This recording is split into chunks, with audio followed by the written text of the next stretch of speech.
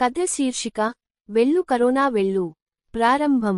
ఒక చిన్న గ్రామం ఉంది, పచ్చటి పొలాలు, పచ్చిక కమ్మిన పల్లె. పేరు చందనపల్లి. ఇక్కడి ప్రజలు చాలా నిశ్చలంగా, ఆనందంగా జీవించేవారు. పిల్లలు ఓడలాడుకుంటూ ఆడుకుంటూ తిరుగుతూ ఉండేవారు. పెద్దవాళ్లు చెరువు దగ్గర కూర్చొని ముచ్చట్లు చెప్పుకునేవారు. ఒకరోజు ఊర్లోకి ఒక వార్త వచ్చింది, ఓ కొత్త వైరస్ వచ్చిందట. పేరు కరోనా. అన్నీ ఆగిపోయాయి. స్కూళ్లు మూసేశారు, బస్లు ఆగిపోయాయి. హాస్పిటల్స్ దగ్గర జనాలు గుంపులుగా కనిపించసాగారు. అందరూ భయపడిపోయారు. కథా మద్దతు. ఊర్లో ఓ చిన్నపాటి పాప ఉంది, పేరు అన్విత. 10 ఏళ్ల పాప. హాస్యంతో, అల్లరి చప్పుళ్లతో ఊరంతా కళకళలాడుతుండేది. కానీ కరోనా వచ్చాక అన్నీ మారిపోయాయి. ఆడుకోవడం లేదు, స్కూల్ లేదన్న తలపుతో బాధపడుతోంది. ఒకరోజు అమ్మను అడిగింది, అమ్మా, ఈ కరోనా ఎందుకు వచ్చింది? ఇది ఎప్పుడు వెళ్తుంది? అమ్మ నవ్వుతూ అన్నది, పాపం, అది మన వల్లే వచ్చిందమ్మా. మనం శుభ్రత పాటించకపోవడం వల్ల, ప్రకృతిని బాధపెట్టినందుకే వచ్చిన శాపం లాంటిది.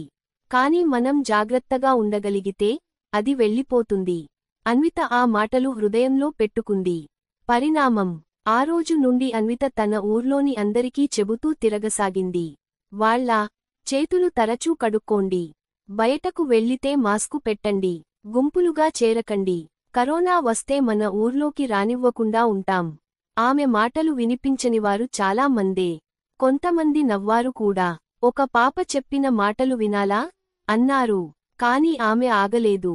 స్కూల్ మూసినా సరే, తను ఇంటి బయట రాసిన బోర్డ్లతో, గీతలతో, చక్కటి బొమ్మలతో అవగాహన పెంచే ప్రయత్నం చేసింది. వెళ్ళు కరోనా వెళ్ళు అంటూ పాటలు పాడుతూ ఊరంతా తిరిగింది. ఆమె తాతయ్య అన్వితను చూసి ముచ్చటపడ్డాడు. చిన్నదానివి గాని, నీ లోలోపల ఎంత పెద్ద మనస్సు ఉందో తెలుసా? అని అన్నారు. సంక్షిప్త ముగింపు. మారినది ఒక పాపం వల్లే. ఊరిలో నెమ్మదిగా మార్పు వచ్చి, ప్రజలు జాగ్రత్తలు పాటించసాగారు. అందరూ ఒకరికి ఒకరు సాయం చేయడం మొదలుపెట్టారు. ఒకరికొకరు ధైర్యం చెప్పడం మొదలుపెట్టారు. నెలల తరువాత ఊర్లో కరోనా కేసులేవీ లేవు. ప్రభుత్వం ఊరికి కోవిడ్ ఫ్రీ గ్రామం గా గుర్తింపు ఇచ్చింది. అందరికీ అందులో ఒక చిన్న పిల్లవాడి పేరు గుర్తొచ్చింది, అన్విత. ఊరు అంతా కలిసి అన్నది, వెళ్ళు కరోనా వెళ్ళు, ఇక మాతో పని లేదు. ముగింపు సందేశం. ఈ కథలోని అన్విత మనలో ప్రతివారిలో ఉండే మంచి పాపాట. చిన్నపాటి జాగ్రత్తలు, పెద్దపాటి మార్పులకు దారితీస్తాయి. మనం క్షణం నిష్క్రమించినా, ప్రకృతి మన వైపు తిరగదు. జాగ్రత్తగా ఉంటే, వైరస్ ఏదైనా వెళ్ళిపోతుంది. వెళ్ళు కరోనా వెళ్ళు, మేము మారిపోయాం. గట్టు చింక్ మరియు కరీన టీకా, ఒక మాయల ప్రపంచం కథ. ఒకప్పుడు తూర్పు పర్వతాల దట్టమైన అడవుల్లో గట్టు చింక్ అనే చిన్న బల్ల జీవించేది. కాని ఆమె సాధారణమైన బల్లి కాదు, ఆమెకు మాట్లాడే శక్తి ఉండేది, మరియు ఆమెకి తెలిసినదాన్ని మరిచిపోని మేధస్సు ఉండేది. ఆమె చెట్లపై రాకపోకలతో పాటు, పాత శిలల్లో రహస్య సంకేతాలు చదవగలదు. గట్టు చింక్ నివసించే అడవిలోనే మరో విశేషమైన ప్రాణి ఉండేది, కరీన టీకా. కరీన టీక ఓ పురాతన జ్ఞానవంతమైన తేనెటీగ. ఆమె పెద్దదిగా ఉండేది, మిగతా తేనెటీగల కంటే తెలివిగలదిగా ఉండేది. ఆమె తేనెగూడు, బంజారా గాలుల్లో తేలుతూ ఉండేది. ఈ ఇద్దరూ మొదట్లో ఒకరినొకరు చూడలేదు. కాని ఒకసారి అనుకోని సంఘటన వాళ్ల జీవితాన్ని మార్చేసింది.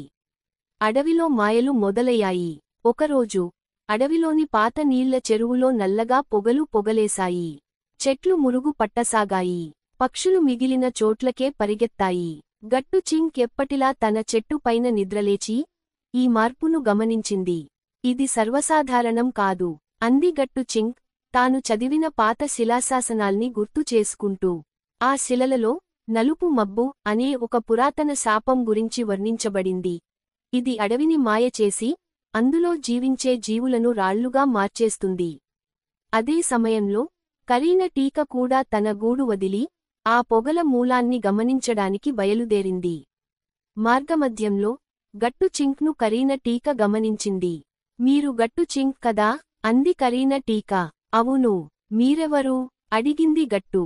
నేను కరీన టీకా. నేను మాయలను గుర్తించే శక్తితో పుట్టాను. మనమిద్దరం కలిసి ఈ అడవిని కాపాడాలి, అంది టీకా.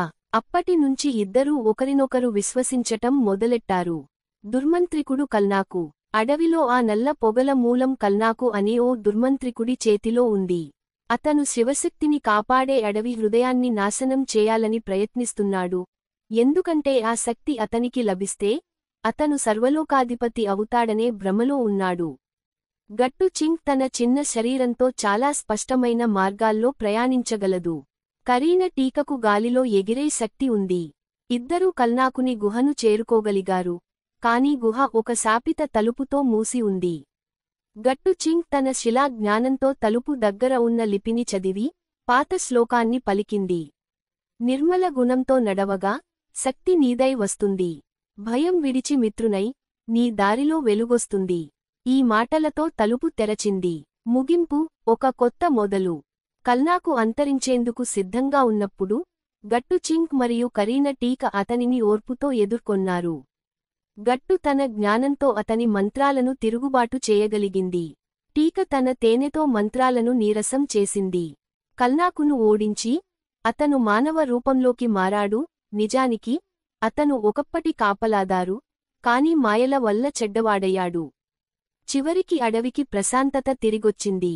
పక్షులు తిరిగి వచ్చాయి. చెట్లు పచ్చగా మారాయి.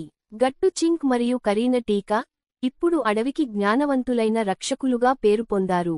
నీతి, స్నేహం, తెలివితేటలు మరియు ధైర్యంతో మనం ఎంతటి చీకటి శక్తులనైనా జయించగలం.